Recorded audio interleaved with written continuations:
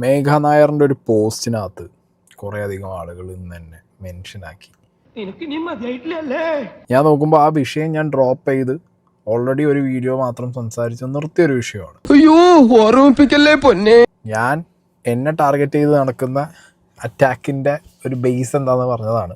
നിനക്ക് നല്ല വിഷമമുണ്ടല്ലേ? പിന്നില്ലാണ്ട് ഞാൻ ഈ വിഷയം സംസാരിച്ചുകൊണ്ട് ഇവന്മാരെന്നെ കെട്ട് പിടിച്ചിട്ട് അയ്യോ എൻ്റെ പൊന്നെ ഞാൻ ഈ ലോകത്തിൽ എന്തോ വലിയ കുറ്റവാളിയാണ്, മറ്റേ ഒളിഞ്ഞു നോട്ടക്കാരനാണെന്നൊക്കെ ആയിട്ടാണ് സാധനങ്ങൾ പറഞ്ഞുകൊണ്ടിരുന്നത്. സത്യമാണെങ്കിലും എനിക്ക് അംഗീകരിച്ചു കൊടുക്കാൻ പറ്റുമോ? ഈ ഒരു പോസ്റ്റിനടിയിൽ എന്നെ കൊടുന്ന് മെൻഷൻ ചെയ്യാനുണ്ടായ ഒരു കാരണം എന്നെ മെൻഷൻ ചെയ്തവരൊന്ന് എനിക്ക് പറഞ്ഞു തന്നിരുന്നെങ്കിൽ നന്നായിരുന്നു എന്ന് എനിക്ക് ഒരു അഭ്യർത്ഥന ഉണ്ട്. ഞാൻ ഇറങ്ങി വന്നു എന്നുള്ളത് സത്യം. 10 ദിവസം ഞാൻ അനൂപിന്റെ കൂടെ തന്നെ ഉണ്ടായിരുന്നു. ഒടുവിൽ കുറ്റസമ്മതം നടത്തി അല്ലേ? ഇതിന്റെ ഇടയ്ക്ക് ഞാൻ അച്ഛനെ കാണാൻ വീട്ടിൽ പോയി. അപ്പോൾ എടുത്ത ഫോട്ടോ ഞാൻ പോസ്റ്റ് ചെയ്തു. തിരികെ ഞാൻ ഒരു ദിവസം കഴിഞ്ഞപ്പോൾ അനൂപിന്റെ വീട്ടിൽ തിരിച്ചു വന്നു. ഇപ്പോഴും ഞാൻ അവിടെ തന്നെയുണ്ട്. ഒരാളുടെ കൂടെ ഇറങ്ങി വന്നത് കളഞ്ഞിട്ട് പോകാൻ വേണ്ടിയല്ല. ഒരാളുടെ കൂടെ ഇറങ്ങി വന്നത് കളഞ്ഞിട്ട് പോകാൻ വേണ്ടിയല്ല. ഞാൻ അവിടുന്ന് ഇറങ്ങി വന്നതിനു എൻ്റേതായ കാരണങ്ങളുണ്ട്. അതെനിക്ക് പബ്ലിക്കിൻ്റെ മുന്നിൽ പറയാൻ യാതൊരു താല്പര്യവുമില്ല.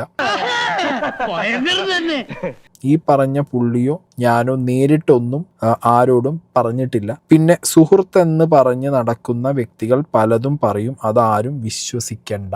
എന്തോ കുത്തി പറയുന്ന പോലെ എനിക്ക് ഫീൽ ചെയ്യുന്നുണ്ട് കേട്ടോ. കുത്തിയില്ലല്ലോ, കുത്താൻ പോണല്ലേ ഉള്ളൂ.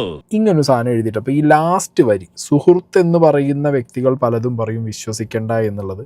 ഇനി നീ എങ്ങാനും സുഹൃത്ത് എന്ന് പറയുന്ന വ്യക്തികൾ പലതും പറയും വിശ്വസിക്കണ്ട എന്നുള്ളത് അത് എന്നോടല്ല, എന്നെയല്ല. അത് നിങ്ങൾ ദയവേത് മനസ്സിലാക്കുക. എനിക്ക് ഈ പെൺകുട്ടിയായിട്ട് നോ ലേനാദേന. എനിക്ക് ഈ കുട്ടീനെ ഒരു പിടുത്തമല്ല. അന്നൊരു വട്ടം കണ്ടു കല്യാണത്തിന് നല്ലാതെ പിന്നെ ഞാൻ ഈ കുട്ടീനെ ഇനി ഒരു അറിവില്ലടി.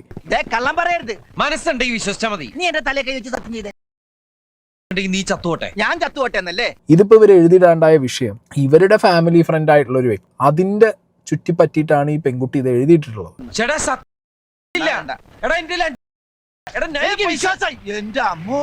മതി ഓവറാക്കണ്ട, വാ പോവാ.